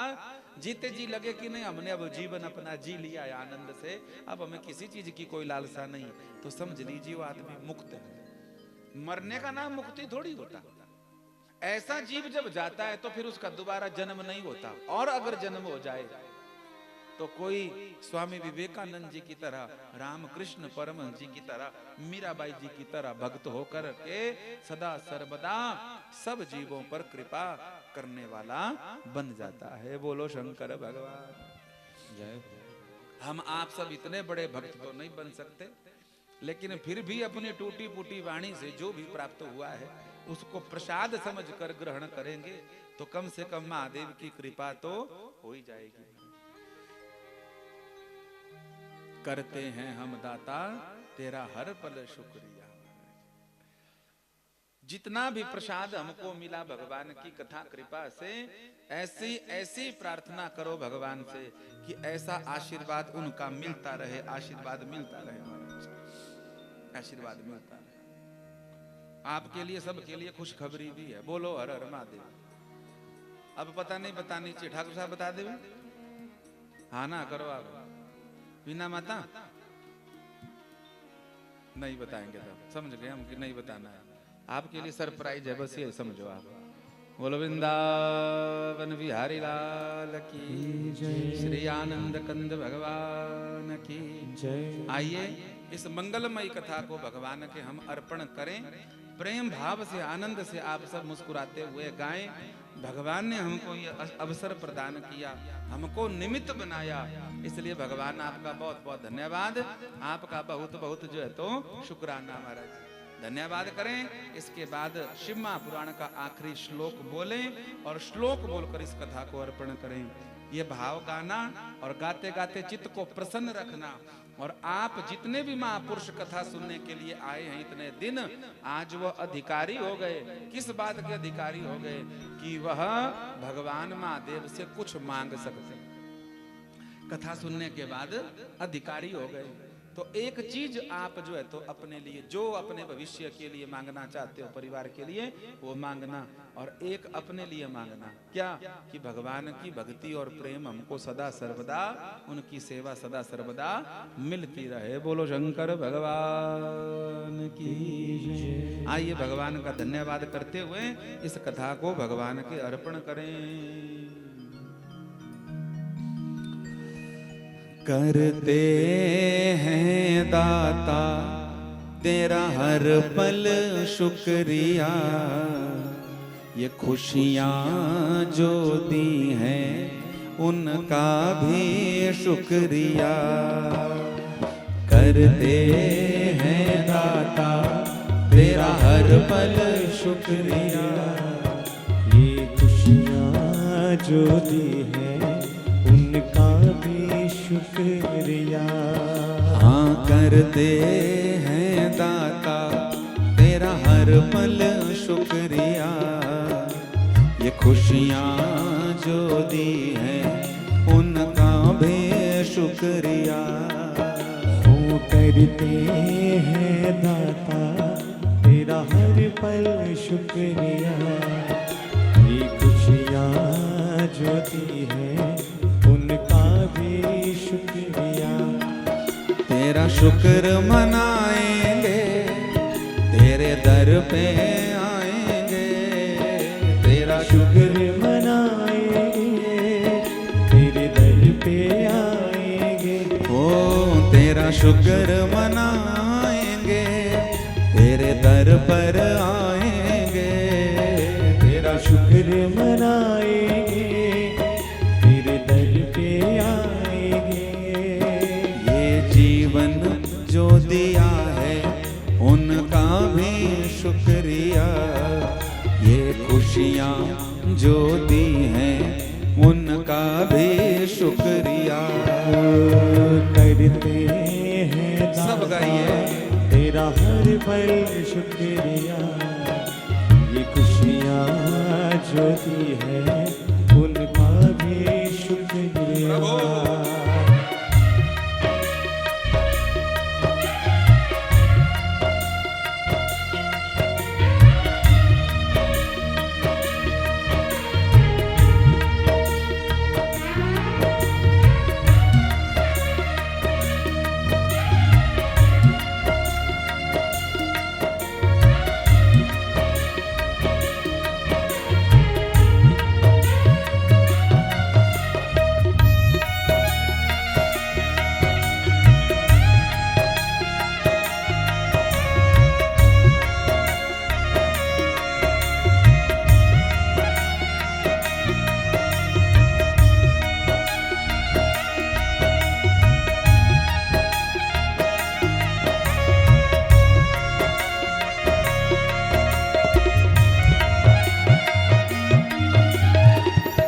हर पल जुबां पे दाता नाम हो तेरा, तेरा गुणगान करना काम हो मेरा।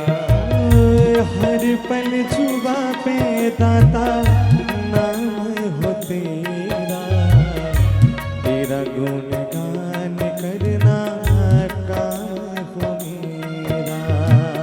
हर पल जुबां पे दाता नाम हो तेरा, तेरा गुणगान करना काम हो मेरा। हर पल जुबां पे दाता नाम हो तेरा, तेरा गुणगान करना काम हो मेरा। तेरा सिमरन सदा करूं, तुमको ही मन में भरूं। तेरा सिमरन सदा करो, तुमको ही मन में भरो। ओ तेरा सिमरन सदा करूं, तुझको ही मन में भरूं। तेरा सिमरन सदा करो, तुमको ही मन में भरो।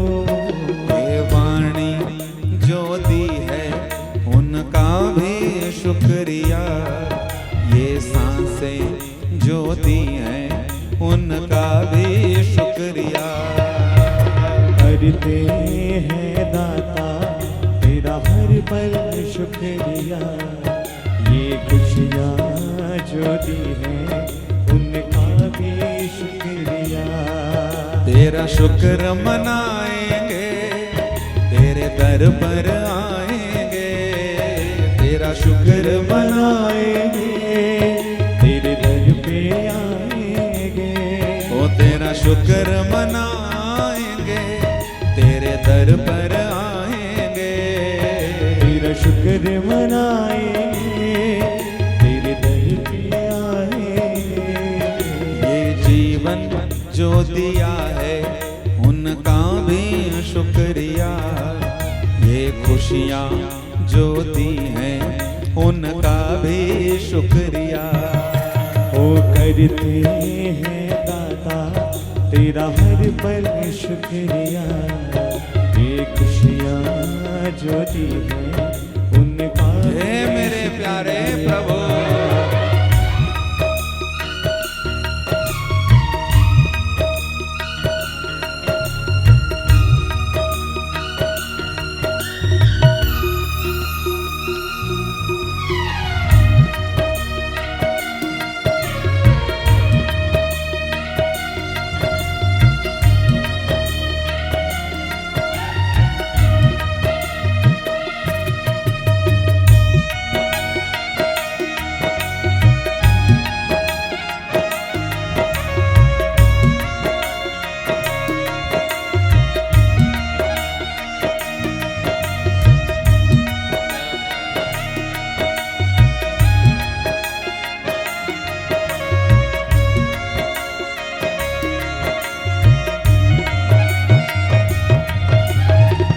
जब से है देखी तेरी प्यारी ये सूरत, आंखों में बस गई तेरी प्यारी ये मूरत।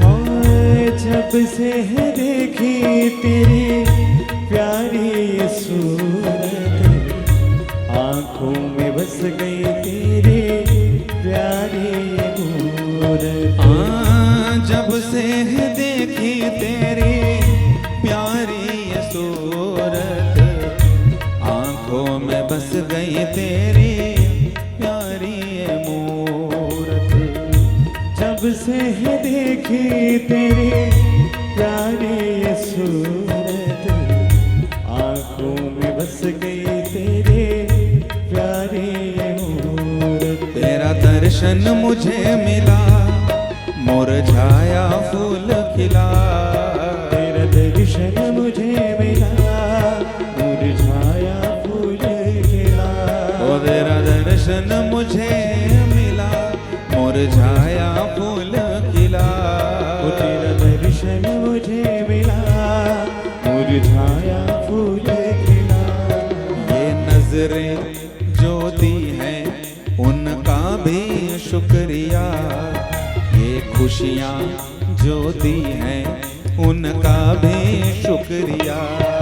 वो करते हैं दाता तेरा हर पल शुक्रिया।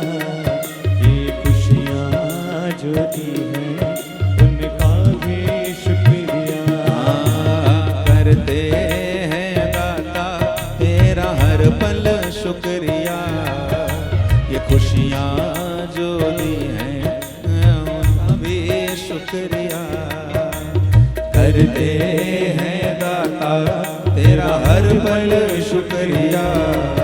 ये खुशियाँ जो दी हैं उनका भी शुक्रिया। ओ करते हैं दाता तेरा हर पल शुक्रिया। ये खुशियाँ जो दी हैं उनका भी शुक्रिया। करते हैं दाता तेरा हर पल शुक्रिया। ये खुशियाँ जो दी हैं उनका भी शुक्रिया। बोलिए शंकर भगवान की, उमापति महादेव की, नैना मैया की, बडोली महारानी की, यज्ञ नारायण भगवान की जय। आइए प्रेम से सब शांत चित्त होकर इस पूर्ण यज्ञ की फल की प्राप्ति हेतु आप सबने इस यज्ञ को सफल बनाया है। इसलिए इस बड़े पवित्र महीने में जिन्होंने भी भगवान की मंगलमयी कथा का रसपान किया, जितने भी आस्तिक महापुरुष हैं, उन सब से प्रार्थना नेत्र बंद करके केवल और केवल भगवान महादेव का ध्यान करते हुए अगर कोई बुराई छोड़ना चाहता है, कोई अपराध हो गया है जो बोले नहीं बनता है, उसको भी भगवान महादेव की अर्पण करें। नए जीवन की शुरुआत करें। अपने लिए, अपने भविष्य के लिए, परिवार के भविष्य के लिए जो आप चाहते हैं उसको मांग सकते हैं मन से। और किसी प्रकार से अगर इस यज्ञ में किसी प्रकार की कोई त्रुटि हो गई हो तो उसके लिए भी क्षमा याचना। और हम अपने लिए भी और हमारे साथ आए हुए सब ब्राह्मण देवताओं की तरफ से भी आपसे क्षमा याचना करते हैं। हमसे बोलचाल व्यवहार में अगर किसी प्रकार की त्रुटि हो गई हो तो अपना बालक, बच्चा, भाई, मित्र समझ करके हमको भी आप क्षमा करना। प्रेम से नेत्र बंद करके आइए महादेव के चरणों में इस यज्ञ को अर्पण करें। तेरा तुझको अर्पण क्या लागे मोरा। बार बार भगवान की मंगलमय कथा का रसपान होता रहे, उनका आशीर्वाद मिलता रहे, यही प्रिय भावना। आइए प्रेम से सब मेरे साथ शिव महापुराण का आखिरी श्लोक बोलें और उसके बाद व्यासपीठ का पूजन और उसके बाद आरती। एतत् शिव पुराणस्य एतद् शिव पुराणस्य वक्तुः श्रोतुश्च सर्वदा वक्तुः श्रोतुश्च सर्वदा सगणः ससुतः साम्ब सगणः ससुतः साम्बः शंकरोतु सशंकरः शंकरोतु सशंकरः एतद् शिव पुराणस्य एतद् शिव पुराणस्य वक्तुः श्रोतुश्च सर्वदा वक्तुः श्रोतुश्च सर्वदा सगणः ससुतः साम्बः सगणः ससुतः साम्बः शंकरोतु सशंकरः शंकरोतु सशंकरः एतत् शिव पुराणस्य एतद् शिव पुराणस्य वक्तुः श्रोतुश्च सर्वदा वक्तुः श्रोतुश्च सर्वदा सगणः ससुतः साम्बः सगणः ससुतः साम्बः शंकरोतु सः शंकरः शंकरोतु सशंकरः। श्री हरये नमः। श्री हरये नमः। श्री हरये नमः। श्री हरये नमः। श्री हरये नमः। श्री हरये नमः। बोलिए शंकर भगवान की जय। उमापति महादेव की जय। यज्ञ नारायण भगवान की जय। मन में बसा कर तेरी मूर्ति उतारूं मैं शंकर तेरी आरती। उतारूं मैं शंकर तेरी आरती। उतारूं मैं शंकर तेरी आरती। उतारूं मैं शंकर तेरी आरती। मन में बसा कर तेरी मूर्ति। मन में बसा कर तेरी मूर्ति। हाँ, मन में बसा कर तेरी मूर्ति। मन में बसा कर तेरी मूर्ति। उतारूं मैं शंकर तेरी आरती। उतारूं मैं शंकर तेरी आरती। करुणा करो कष्ट हरो ज्ञान दो भगवन। भव में फंसी नाओ मेरी तार दो भगवन। ओ करुणा करो कष्ट हरो ज्ञान दो भगवन। भव में फंसी नाव मेरी तार दो भगवन। दर्द की दवा तुम्हारे पास है। दर्द की दवा तुम्हारे पास है। तो दर्द की दवा तुम्हारे पास है। दर्द की दवा तुम्हारे पास है। जिंदगी दया की है भीख मांगती। जिंदगी दया की है भीख मांगते। मन में बसा कर तेरी मूर्ति। मन में बसा कर तेरी मूर्ति। ओ मन में बसा कर तेरी मूर्ति। मन में बसा कर तेरी मूर्ति। उतारूं मैं शंकर तेरी आरती। उतारूं मैं शंकर तेरी आरती। मांगू तुझसे क्या मैं सोचूं भगवन। जिंदगी जब नाम तेरे कर दे अर्पण। मांग तुझसे क्या मैं यही सोचूं भगवन। जिंदगी जब नाम तेरे कर दे अर्पण। मांगू तुझसे क्या मैं सोचूं भगवन। जिंदगी जब नाम तेरे कर दे अर्पण। मांग तुझसे क्या मैं सोचूं भगवन। जिंदगी जब नाम तेरे कर दे अर्पण। सब कुछ तेरा कुछ नहीं मेरा। सब कुछ तेरा कुछ नहीं मेरा। सब कुछ तेरा कुछ नहीं मेरा। सब कुछ तेरा कुछ नहीं मेरा। चिंता है तुझको प्रभु संसार की।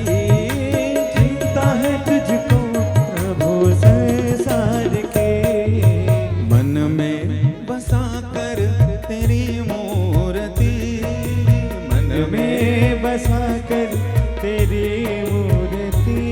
ओ मन में बसा कर तेरी मूर्ति। मन में बसा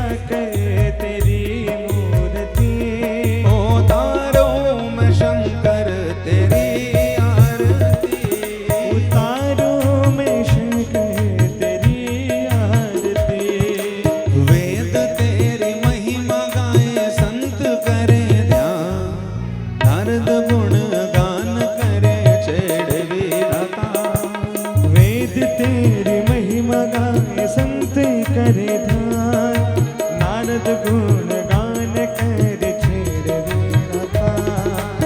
भगत तेरे द्वार करते हैं पुकार, भक्त तेरे द्वार कर रहे पुकार। भगत तेरे द्वार कर रहे पुकार, भक्त तेरे द्वार कर रहे पुकार।